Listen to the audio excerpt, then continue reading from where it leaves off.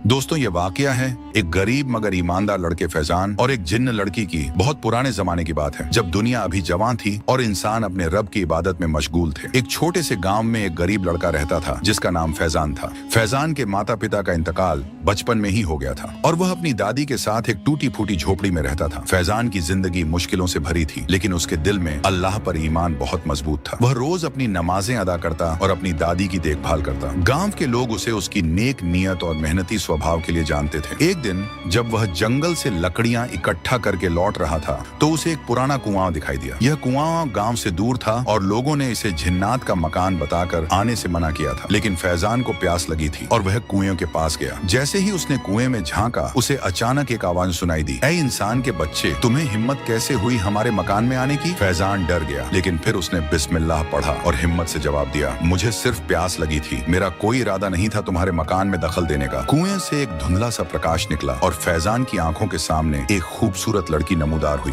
उसकी आंखें चमकदार थीं और उसके बाल हवा में लहराते हुए महसूस होते थे। हालांकि कोई हवा नहीं चल रही थी। फैजान ने अपनी आंखें झपकाड़ और कदम पीछे हटा लिए। वह जानता था कि जिन्नात के साथ किसी भी तरह का संपर्क खतरनाक हो सकता है। फैजान ने डरते हुए कहा, तुम कौन हो? मेरा नाम रेहाना है। उसने कहा, मैं जिन्नात की दुनिया से हूँ, डरो मत, मैं तुम्हें नुकसान नहीं पहुँचाऊंगी। मैं एक मुस्लिम जिन्न हूँ और अल्लाह की इबादत करती हूँ जैसे तुम इंसान करते हो। फैजान अभी भी डरा हुआ था, लेकिन उसने अपने आप को संभाला और बोला, अगर तुम वाकई में अल्लाह की बंदी हो तो मुझे माफ करो और मुझे वापस अपने गांव जाने दो। रेहाना ने मुस्कुराते हुए कहा, तुम जा सकते हो, लेकिन मैं तुम्हारी मदद करना चाहती हूँ। मुझे पता है कि तुम्हारी दादी बीमार है और तुम्हारे पास उनके इलाज के लिए पैसे नहीं है। फैजान हैरान रह गया, तुम्हें यह कैसे मालूम? रेहाना ने मासूमियत से कहा, हम जिन्नात इंसानों की दुनिया देख सकते हैं। मैंने तुम्हें कई दिनों से देखा है। तुम्हारी मेहनत और ईमानदारी मुझे बहुत अच्छी लगी। फैजान ने अपने कदम पीछे की ओर बढ़ाए। मेरी मदद कैसे कर सकती हो तुम? रेहाना ने अपना हाथ आगे बढ़ाया और उसकी हथेली पर एक छोटा सा पत्थर था जो अंदर से जगमगा रहा था। ये एक खजाना है, इसे अपने साथ रखो और जब भी तुम्हें जरूरत हो इसे अपनी हथेली पर रखकर मेरा नाम लो। मैं आ जाऊंगी और तुम्हारी मदद करूंगी। फैजान ने झिझकते हुए पत्थर लिया। मैं इसका क्या करूंगा और तुम मेरी मदद क्यों करना चाहती हो? रेहाना ने अपनी आंखें झुका ली। क्योंकि मुझे तुम्हारी ईमानदारी और नेकी बहुत पसंद है, लेकिन मुझे एक वादा चाहिए, तुम किसी को भी मेरे बारे में नहीं बताओगे,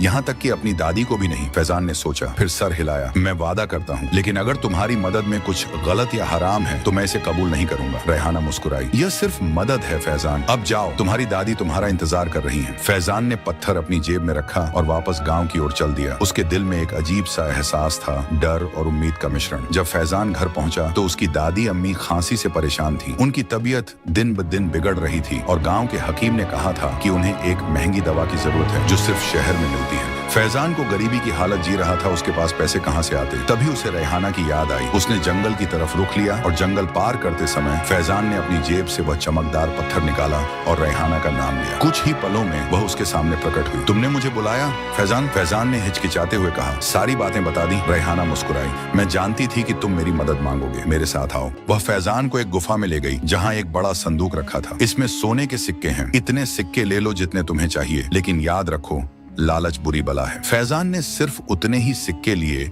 जितने उसे दादी की दवा के लिए चाहिए थे। रेहाना ने उसकी ईमानदारी देखकर मुस्कुराया। फैजान शहर गया, दवा खरीदी और वापस अपने गांव लौट आया। उसकी दादी की तबीयत जल्द ही बेहतर होने लगी। धीरे धीरे फैजान और रेहाना की मुलाकातें बढ़ने लगी। रेहाना ने फैजान को जिन्नात की दुनिया के बारे में बताया कि कैसे वे भी अल्लाह के बंदे हैं, कैसे उनमें भी अच्छे और बुरे होते हैं। एक दिन रेहाना ने फैजान से कहा, मैं तुम्हें एक राज बताना चाहती हूँ। मेरे पिता जिन्नात के एक बड़े कबीले के सरदार हैं और वे चाहते हैं कि मैं एक ताकतवर जिन्न से निकाह कर लूं, लेकिन मैं तुमसे मोहब्बत करती हूँ फैजान। फैजान सन्न रह गया। कहीं ना कहीं फैजान को भी रेहाना के लिए मोहम्मद थी, लेकिन उसने कहा, यह तो अल्लाह की किताब में नहीं लिखा था कि इंसान और जिन्न शादी कर सकते हैं। रेहाना ने उसका हाथ थामा। हमारे बीच फर्क सिर्फ इतना है कि हम अलग अलग दुनिया से हैं, लेकिन हम दोनों अल्लाह के बंदे हैं और दिल तो सबका एक जैसा होता है। फैजान ने अपना हाथ छुड़ा लिया। मुझे सोचने का वक्त चाहिए रेहाना, ये बहुत बड़ा फैसला है। रेहाना ने सर झुकाया। मैं समझती हूँ, लेकिन याद रखो, मेरे पिता बहुत सख्त हैं। अगर उन्हें पता चला कि मैं एक इंसान से मोहब्बत करती हूँ तो वे गुस्सा होंगे। फैजान अपने गाँव लौट आया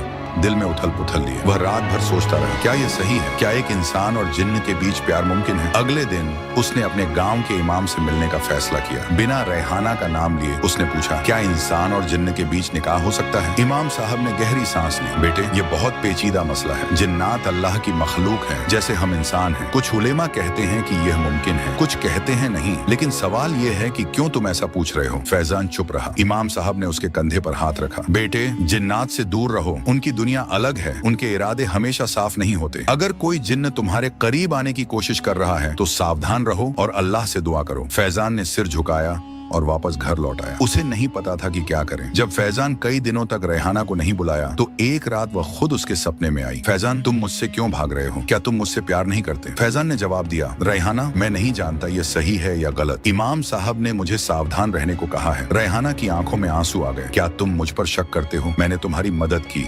तुम्हारे लिए अपने पिता के खिलाफ जाने की हिम्मत की, और अब तुम मुझसे दूर भाग रहे हो। फैजान को अफसोस हुआ। नहीं रेहाना, ऐसी बात नहीं है। मैं बस कुछ जवाब ढूंढ रहा हूँ। अगर तुम जवाब चाहते हो तो खुद देखो। कल रात जब चांद आसमान के बीचों बीच होगा, तुम मुझे बुलाना। मैं तुम्हें अपनी दुनिया दिखाऊंगी और फिर तुम फैसला कर सकते हो। सपना टूट गया और फैजान जाग गया। उसने सोचा और फैसला किया कि वह रेहाना को एक मौका देगा। अगली रात जब चांद आसमान के बीचों बीच था, फैजान ने रेहाना को बुलाया। वह तुरंत प्रकट हुई। पहले से भी ज्यादा खूबसूरत लग रही थी। तुमने मुझे बुलाया फैजान, क्या तुम तैयार हो? फैजान ने हाँ में सिर हिलाया। रेहाना ने उसका हाथ थामा और अचानक वे दोनों हवा में उड़ने लगे। फैजान ने डर के मारे आंखें बंद कर ली। जब उसने आंखें खोली तो वह एक अजीब दुनिया में था। रंग बिरंगे पेड़, चमकदार पत्थर और अजीब आकार के महल। चारों ओर जिन्नात घूम रहे थे। कुछ इंसानों जैसे दिखते थे, कुछ बिल्कुल अलग। यह मेरी दुनिया है फैजान, रेहाना ने कहा। हम भी अल्लाह की इबादत करते हैं, हमारे भी परिवार और समाज हैं। हम तुमसे बहुत अलग नहीं हैं। फैजान हैरान रह गया। ये सब उसकी समझ से बाहर था। रेहाना उसे एक विशाल महल में ले गई। यह मेरे पिता का महल है, वे अभी यहाँ नहीं हैं, इसलिए मैं तुम्हें यहाँ ला सकी। फैजान को रेहाना की दुनिया देखकर अजीब लग रहा था। भय और आश्चर्य का मिश्रण। वह यहाँ नहीं रह सकता था, ये उसकी दुनिया नहीं थी। रेहाना, मुझे वापस जाना होगा। ये मेरी दुनिया नहीं है। रेहाना के चेहरे पर निराशा दिखी। लेकिन क्या तुम मुझसे प्यार नहीं करते? फैजान ने आहिस्ता से कहा, मुझे नहीं पता रेहाना, ये सब बहुत अजीब है। अचानक महल के बाहर शोर सुनाई दिया। रेहाना के चेहरे पर डर छा गया। मेरे पिता वापस आ गए हैं, तुम्हें यहाँ से जाना होगा फैजान, वरना वे तुम्हें मार डालेंगे। रेहाना ने जल्दी से फैजान का हाथ थामा और उसे महल से बाहर ले गई। वे एक गुफा में पहुंचे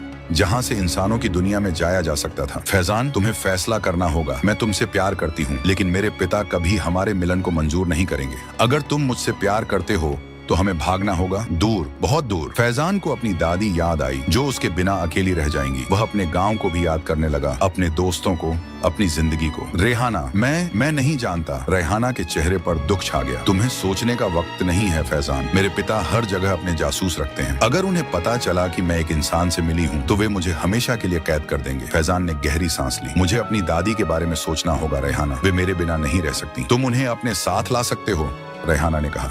हम तीनों साथ रहेंगे, कहीं दूर। फैजान ने सोचा, मुझे कुछ दिन चाहिए रेहाना, मैं अपनी दादी से बात करूंगा, उन्हें तैयार करूंगा, फिर हम जाएंगे। रेहाना ने असहमति से सिर हिलाया। हमारे पास वक्त नहीं है फैजान, मेरे पिता जल्द ही सब कुछ जान जाएंगे। सिर्फ 3 दिन रेहाना, मुझे सिर्फ 3 दिन दो। रेहाना ने हाँ में सिर हिला दिया। ठीक है, 3 दिन, लेकिन याद रखो ये खतरनाक है। वह फैजान को वापस उसके गांव ले आई और अंधेरे में गायब हो गई। अगले दिन फैजान बेचैन था। उसे समझ नहीं आ रहा था कि क्या करे। वह अपनी दादी को ऐसे कैसे छोड़ सकता था? लेकिन अगर वह रेहाना को इनकार करता तो क्या होगा? वह अपनी दादी के पास गया, जो अब ठीक हो रही थी। दादी, अम्मी, अगर मैं आपको बताऊं कि मुझे दूर जाना है तो आप क्या कहेंगी? दादी ने उसे गौर से देखा। क्या बात है फैजान, तुम परेशान लग रहे हो। फैजान ने सच बताने का फैसला किया। वह दादी को सब कुछ बता देगा, रेहाना के बारे में, जिन्नात की दुनिया, सब कुछ। लेकिन जैसे ही वह कुछ कहने वाला था, दरवाजे पर दस्तक हुई। बाहर गांव का चौकीदार खड़ा था। फैजान, इमाम साहब तुम्हें फौरन बुला रहे हैं, कुछ जरूरी बात करनी है। फैजान हैरान रह गया। क्या इमाम साहब को कुछ पता चला गया था? वह मस्जिद पहुंचा जहां इमाम साहब उसका इंतजार कर रहे थे। उनके साथ एक बूढ़ा आदमी था जिसे फैजान नहीं पहचानता था। फैजान, ये शेख अब्दुल्ला हैं, ये हमारे पड़ोसी गाँव से आए हैं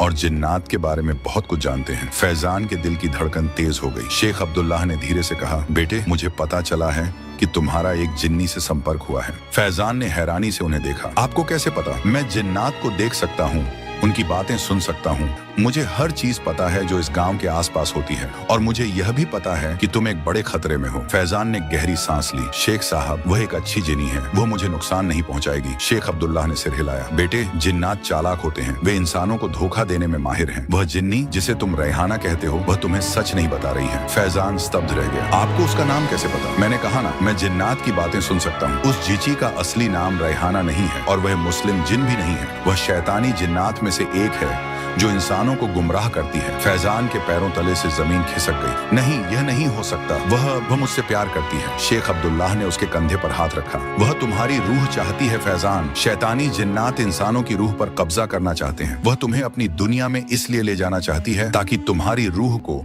अपने कब्जे में ले सके। फैजान को याद आया कि कैसे रेहाना उसे अपनी दुनिया में ले गई थी, कैसे वह चाहती थी कि वह सब कुछ छोड़कर उसके साथ भाग जाए, लेकिन उसने मेरी मदद की। मेरी दादी के लिए दवा, वह तुम्हारा भरोसा जीतना चाहती थी फैजान। शैतानी जिन्नात ऐसे ही काम करते हैं, पहले मदद करके तुम्हारा भरोसा जीतते हैं, फिर तुम्हें धोखा देते हैं। फैजान के दिमाग में सब कुछ घूमने लगा। क्या यह सच हो सकता था? क्या रेहाना वाकई उसे धोखा दे रही थी? इमाम साहब ने फैजान से कहा, बेटे, शेख अब्दुल्लाह तुम्हारी मदद कर सकते हैं। शेख अब्दुल्लाह ने कहा, हमें जल्दी करनी होगी। अगर वह जिन्नी तुम्हें अपनी दुनिया में ले गई तो तुम हमेशा के लिए खो जाओगे। फैजान ने सोचा, क्या वह शेख अब्दुल्लाह पर भरोसा कर सकता था या फिर रेहाना सच कह रही थी? उसने फैसला किया कि वह खुद पता लगाएगा। मुझे कुछ वक्त चाहिए शेख साहब, मैं कल सुबह आपके पास आऊंगा। शेख अब्दुल्लाह ने हामी भरी। ठीक है, लेकिन सावधान रहना। और हाँ, ये ले लो। उन्होंने फैजान को एक छोटा सा ताबीज दिया। इसे अपने पास रखो, ये तुम्हें उस जिन्नी के जादू से बचाएगा। फैजान ने ताबीज लिया और घर लौट आया। उसका दिमाग अलग अलग विचारों से भरा था। रात को फैजान ने रेहाना को बुलाने का फैसला किया। उसे सच जानना था। कुछ देर बाद रेहाना प्रकट हुई, लेकिन वह अजीब सी लग रही थी, जैसे वह दर्द में हो। फैजान, तुमने मुझे क्यों बुलाया? उसकी आवाज में दर्द था। फैजान ने गौर से उसे देखा। रेहाना,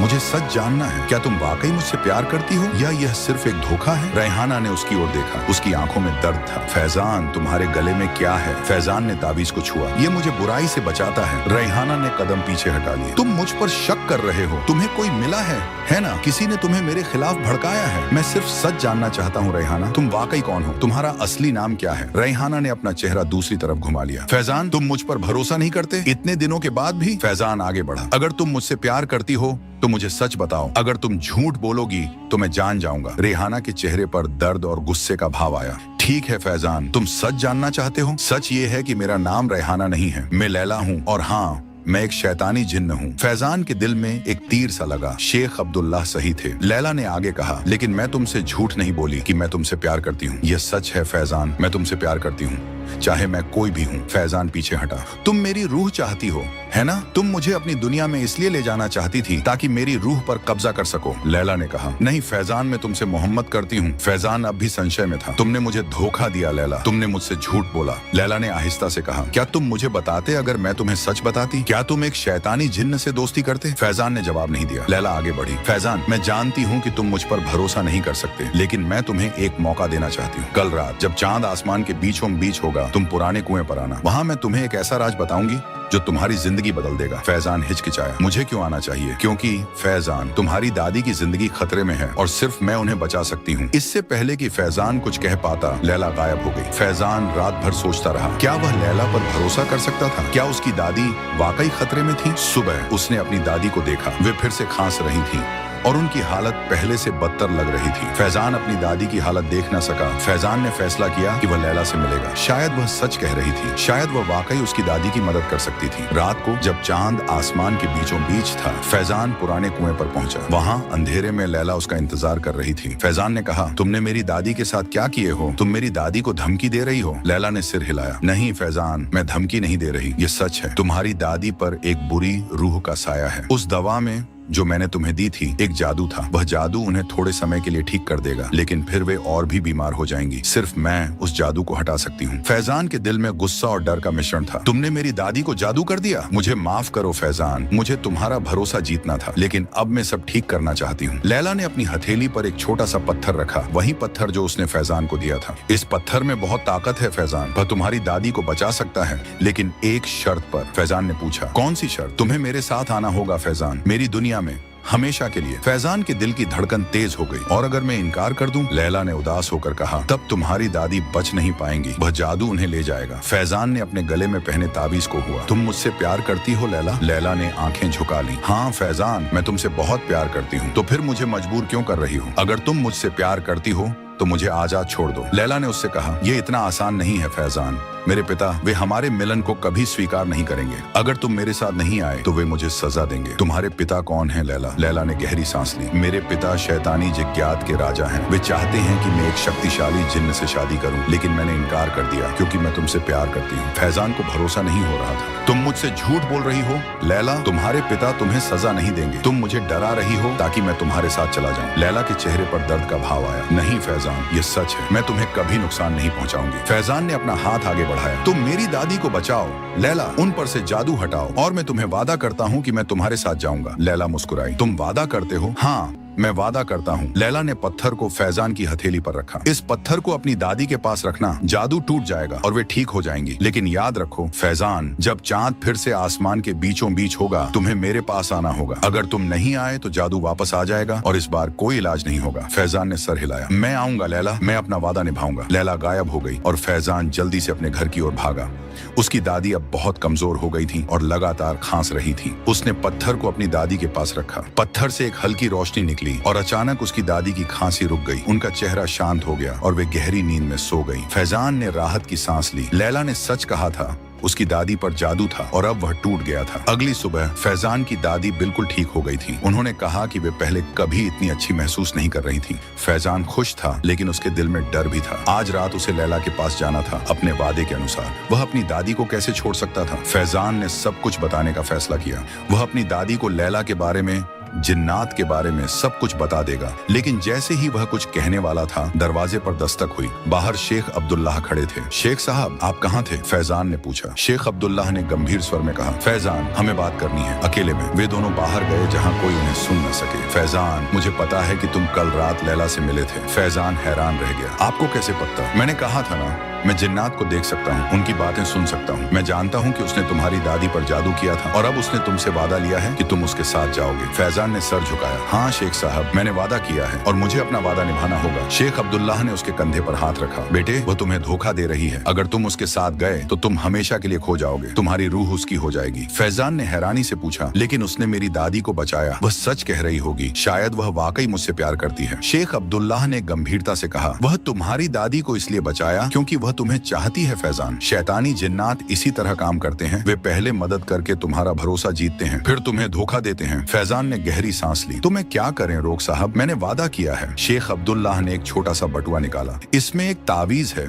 जो तुम्हें उसके जादू से बचाएगा। आज रात जब तुम उससे मिलने जाओ, इसे अपने साथ रखना। जब वह तुम्हें अपनी दुनिया में ले जाने की कोशिश करे, इसे उसकी ओर फेंक देना और आऊजु बिल्लाह मिन शैतानिर रजीम कहना। उसका जादू टूट जाएगा और वह हमेशा के लिए चली जाएगी। फैजान ने बटुए को लिया और अपनी जेब में रख लिया। शुक्रिया शेख साहब। शेख अब्दुल्लाह ने उसे दुजा दी और चले गए। रात को जब चांद आसमान के बीचों बीच था, फैजान पुराने कुएं पर पहुंचा। वहां अंधेरे में लैला उसका इंतजार कर रही थी। तुम आए फैजान, मुझे पता था कि तुम अपना वादा निभाओगे। फैजान ने कदम आगे बढ़ाया। हाँ लैला, मैं अपना वादा निभाने आया हूँ। लैला ने अपना हाथ आगे बढ़ाया। तो चलो फैजान, मेरी दुनिया में हम हमेशा साथ रहेंगे। फैजान ने उसका हाथ थाम लिया, लेकिन दूसरे हाथ से उसने जेब से बटुआ निकाला। लैला, मुझे एक बात बताओ, क्या तुम सच में मुझसे प्यार करती हो या यह सिर्फ एक धोखा है? लैला ने उसकी आंखों में देखा। फैजान, मैं तुमसे बहुत प्यार करती हूँ। हाँ, मैंने तुम्हारी दादी पर जादू किया था, लेकिन सिर्फ इसलिए क्योंकि मैं तुम्हें अपने पास चाहती थी। मेरे पिता मुझे सजा देंगे अगर मैं तुम्हें अपने साथ नहीं लाई। फैजान ने बटुए को कसकर पकड़ा। और अगर मैं तुम्हारे साथ गया तो क्या होगा? मैं अपनी दादी को फिर कभी नहीं देख पाऊंगा। लैला ने उदास होकर कहा, नहीं फैजान, एक बार जब तुम हमारी दुनिया में आ जाओगे तो वापस नहीं जा सकोगे, लेकिन हम वहाँ खुश रहेंगे, मैं वादा करती हूँ। फैजान ने एक पल के लिए सोचा, फिर बटुए को छोड़ दिया और लैला का हाथ थाम लिया। मुझे तुम पर भरोसा है लैला। लैला की आंखों में खुशी की चमक आई। चलो फैजान, हमारी नई जिंदगी शुरू हो रही है। जैसे ही वे कुएं की ओर बढ़े, फैजान ने रुककर कहा, एक मिनट, लैला, मुझे एक और बात पूछनी है। लैला ने पलटकर उसे देखा। क्या फैजान? शेख अब्दुल्लाह कौन है? उन्हें जिन्नात के बारे में उतना कैसे पता है? लैला के चेहरे पर हैरानी का भाव आया। शेख अब्दुल्लाह? वह कौन है? फैजान ने उसे बताया कि कैसे शेख अब्दुल्लाह ने उसे लैला के बारे में चेतावनी दी थी, कैसे उन्होंने कहा था कि वह एक रौतानी जिन्न है जो उसकी रूह चाहती है। लैला के चेहरे पर डर छा गया। फैजान, तुम्हारे गाँव में कोई शेख अब्दुल्लाह नहीं है, ये कोई और है जो मुझे तुमसे दूर करना चाहता है। फैजान हैरान रह गया। क्या मतलब? फैजान, मुझे लगता है कि वह शेख अब्दुल्लाह एक जिन्न है, मेरे पिता का भेजा हुआ, जो हमारे मिलन को रोकना चाहता है। फैजान के दिमाग में सब कुछ घूमने लगा। क्या शेख अब्दुल्लाह भी एक जिन्न थे? क्या वे उसे धोखा दे रहे थे? लैला, तुम मुझसे सच कह रही हो? लैला ने उसकी आंखों में देखा। हाँ फैजान, मैं कसम खाती हूँ, अल्लाह की कसम। फैजान इस पेचीदा स्थिति में फंस गया था। किस पर भरोसा करें, लैला पर या शेख अब्दुल्लाह पर? फैजान गहरी सोच में पड़ गया। दिमाग में कई सवाल चक्कर काट रहे थे। अगर शेख अब्दुल्लाह वाकई एक जिन्न थे तो क्या वे लैला के पिता के भेजे हुए थे, या वे कोई और थे जो उसकी मदद करना चाहते थे? लैला, अगर शेख अब्दुल्लाह एक जिन्न है तो उन्होंने मुझे तुम्हारे खिलाफ क्यों भड़कामा? वे तुम्हारे बारे में इतना कुछ कैसे जानते हैं? लैला ने आहिस्ता से कहा। फैजान, जिन्नात की दुनिया में भी राजनीति है, जैसे इंसानों की दुनिया में। मेरे पिता के कई दुश्मन हैं जो उनकी सत्ता पर कब्जा करना चाहते हैं। मुझे लगता है कि यह शेख अब्दुल्लाह उन्हीं में से एक हैं जो मुझे नुकसान पहुंचाकर मेरे पिता को कमजोर करना चाहते हैं। फैजान सोच में पड़ गया। लेकिन उन्होंने मुझे एक तावीज दिया था जिसने तुम्हें दर्द दिया, क्या वह भी झूठ था? लैला ने सर झुकाया। नहीं, वह तावीज असली था। उसमें ऐसी आयतें थीं जो शैतानी जिन्नात को दूर रखती हैं। और हाँ, मैं एक शैतानी जिन्न हूँ फैजान, लेकिन इसका मतलब यह नहीं कि मैं बुरी हूँ। जैसे इंसानों में अच्छे और बुरे होते हैं, वैसे ही जिन्नात में भी होते हैं। मैंने अल्लाह की इबादत करना शुरू कर दिया है फैजान, तुम्हारी वजह से। फैजान को लैला की बातों पर भरोसा नहीं हो रहा था। लैला, तुमने कहा था कि तुम्हारे पिता तुम्हें सजा देंगे अगर तुम मुझे अपने साथ नहीं लाई, क्या यह भी झूठ था? लैला ने गहरी सांस ली। नहीं फैजान, ये सच है। मेरे पिता ने मुझे आखिरी मौका दिया है। अगर मैं तुम्हें अपनी दुनिया में नहीं लाई तो वे मुझे हमेशा के लिए कैद कर देंगे, और अगर मैं तुम्हारे साथ गया तो क्या होगा? मैं अपनी दादी को फिर कभी नहीं देख पाऊंगा। लैला ने उदास होकर कहा। फैजान, मैं तुम्हें वापस आने की इजाजत नहीं दे सकती, लेकिन मैं वादा करती हूँ कि तुम्हारी दादी का ख्याल रखा जाएगा। मैं अपने विश्वसनीय जितरात को भेजूंगी जो उनकी हिफाजत करेंगे। फैजान ने अपना हाथ छुड़ा लिया। मुझे इस पर सोचना होगा लैला, मैं अपनी दादी को नहीं छोड़ सकता। लैला के चेहरे पर निराशा दिखी। फैजान, हमारे पास वक्त नहीं है। मेरे पिता के जासूस हर जगह हैं, वे हमें देख रहे हैं। मुझे थोड़ा वक्त दो लैला, सिर्फ थोड़ा सा। लैला ने अंततः हाँ में सिर हिला दिया। ठीक है फैजान, लेकिन जल्दी करो, हम दोनों खतरे में हैं। अचानक एक तेज आवाज आई, जैसे आसमान फट गया हो। लैला डर गई। वे आ गए। फैजाना, मेरे पिता के जासूसा, हमें जल्दी जाना होगा। आसमान में काले बादल छा गए और बिजली चमकने लगी। कुएं से एक अजीब सी रोशनी निकलने लगी। फैजान ने बटुए को छुआ जो अभी भी उसकी जेब में था। शेख अब्दुल्लाह ने कहा था कि इसमें एक तावीज है जो उसे लैला के जादू से बचाएगा। लेकिन अगर शेख अब्दुल्लाह खुद एक जिन्न थे तो क्या यह तावीज भी एक जाल था? अचानक अंधेरे से एक आवाज आई। फैजाना, वह तुम्हें धोखा दे रही है। यह शेख अब्दुल्लाह थे जो उनकी ओर तेजी से बढ़ रहे थे। लैला चीखी। देखो फैजाना, वह आ गया। वह मेरे पिता का जासूस है। शेख अब्दुल्लाह फैजान के पास पहुंचे। फैजान, वह झूठ बोल रही है। वह तुम्हारी रूह पर कब्जा करना चाहती है। फैजान हैरान रह गया। कौन सच कह रहा था, लैला या शेख अब्दुल्लाह? शेख अब्दुल्लाह ने अपना हाथ आगे बढ़ाया। फैजान, जल्दी उस तावीज को फेंकते और आऊजू बिल्लाह मिनश शैतानिर रजीम कहो। लैला ने फैजान का हाथ पकड़ा। नहीं फैजान, उस पर भरोसा मत करो, वह तुम्हें मुझसे दूर ले जाना चाहता है। फैजान ने दोनों को देखा। उसके दिमाग में सवालों का तूफान उठ रहा था। सच क्या था? कौन उसका दोस्त था और कौन दुश्मन? अचानक एक और आवाज आई, एक बुजुर्ग की आवाज। फैजान, बेटे। फैजान ने पलट कर देखा। वहाँ कुछ दूरी पर उसकी दादी खड़ी थी। दादी, अम्मी, आप यहाँ क्या कर रही हैं? उसकी दादी आगे बढ़ी। बेटे, मैं तुम्हारा इंतजार कर रही थी। जब तुम घर नहीं लौटे तो मुझे फिक्र हुई। लैला और शेख अब्दुल्लाह दोनों ही फैजान की दादी को देखकर हैरान रह गए। दादी ने धीरे धीरे उनकी ओर देखा। तो यह है वह जिन्नी लड़की जिसने तुम्हें धोखा दिया, उन्होंने लैला की ओर इशारा करते हुए कहा। फिर शेख अब्दुल्लाह की ओर मुड़कर बोली, और तुम जो खुद को इंसान बताते हो, तुम भी एक जिन्न हो, है ना? फैजान हैरान रह गया। दादी, अम्मी, आपको कैसे पता? दादी मुस्कुराई। बेटे, मैं उतनी भी अनजान नहीं हूँ। मुझे पता था कि तुम किसी मुसीबत में हो। मैंने तुम्हारी चिंता की और इसलिए मैंने तुम्हारा पीछा किया। दादी ने अपने कपड़ों से एक छोटा सा किताब निकाला, कुरान शरीफ। इसे मैं हमेशा अपने साथ रखती हूँ फैजान। अल्लाह का कलाम हमें हर बुराई से बचाता है। शेख अब्दुल्लाह पीछे हट गए। उनके चेहरे पर डर का भाव था। लैला भी कदम पीछे की ओर ले रही थी। दादी ने आगे बढ़कर फैजान का हाथ थामा। चलो बेटे, घर चलते हैं। फैजान ने लैला की ओर देखा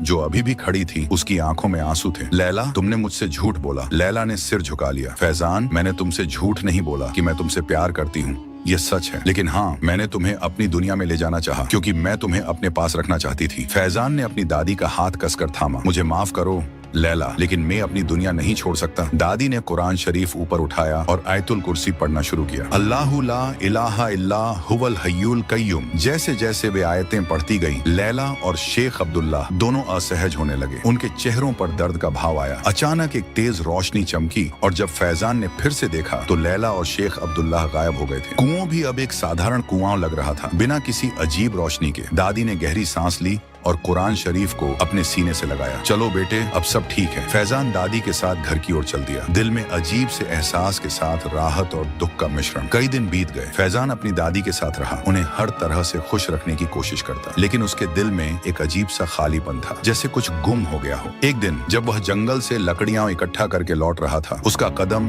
पुराने कुएं की ओर मुड़ गया। वह वहां गया, लेकिन कुआं अब एक साधारण कुआं था जिसमें पानी था। एक दिन जब वह मस्जिद से नमाज पढ़कर लौट रहा था, उसकी मुलाकात एक लड़की से हुई जो उसके गांव में नई थी, अमीना, जिसके परिवार वाले पड़ोसी गांव से आए थे। अमीना सुंदर थी, लेकिन उसमें एक अलग तरह की सुंदरता थी, सादगी और नेकी की सुंदरता। धीरे धीरे फैजान और अमीना करीब आने लगे। कई महीनों के बाद फैजान ने अपनी दादी से कहा कि वह अमीना से शादी करना चाहता है। दादी खुश हुई। बेटे, अमीना एक अच्छी लड़की है, अल्लाह तुम दोनों को खुशियां दे। शादी तय हो गई और सारा गाँव खुशी से भर गया। फैजान का दिल शांत था, जैसे उसे वह चीज मिल गई हो जिसकी उसे तलाश थी। शादी के एक दिन पहले फैजान अपने कमरे में बैठा था, अपनी शादी के कपड़े देख रहा था, जब अचानक उसे एक आवाज सुनाई दी, एक परिचित आवाज जो उसके दिल को छू गई। फैजान वह चौंक कर खड़ा हुआ और चारों ओर देखा। कमरा खाली था। फैजान आवाज किसी दूर से आ रही थी, जैसे हवा में तैर रही हो। उसने फौरन पहचान लिया, ये लैला की आवाज थी। लैला, तुम कहाँ हो? कमरे में कोई नहीं था, लेकिन आवाज फिर आई। फैजान, मैं तुमसे बात नहीं कर सकती। मैं सिर्फ इतना कहना चाहती हूँ कि मैं खुश हूँ तुम्हारे लिए। तुम एक अच्छी लड़की से शादी कर रहे हो और तुम्हारी जिंदगी खुशियों से भरी होगी। फैजान हैरान रह गया। लैला, तुम कहाँ हो? तुम ठीक तो हो? मैं अपनी दुनिया में हूँ फैजान। मेरे पिता ने मुझे माफ कर दिया है और मुझे एक मौका दिया है अपनी गलतियों से सीखने का। मैं अब अल्लाह की इबादत करती हूँ तुम्हारी वजह से। फैजान की आंखों में आंसू आ गए। लैला, तुम्हारा प्यार सच्चा था। एक लंबी खामोशी के बाद आवाज फिर आई। हाँ फैजान, मैं तुमसे बहुत प्यार करती थी और अब भी करती हूँ, लेकिन हमारी दुनियाएं अलग हैं और कभी एक नहीं हो सकती। मैं चाहती हूँ कि तुम अपनी जिंदगी में खुश रहो अमीना के साथ। फैजान ने अपने आंसू पोंछे। शुक्रिया लैला, मुझे उम्मीद है कि तुम भी अपनी जिंदगी में खुश रहोगी। अलविदा फैजान।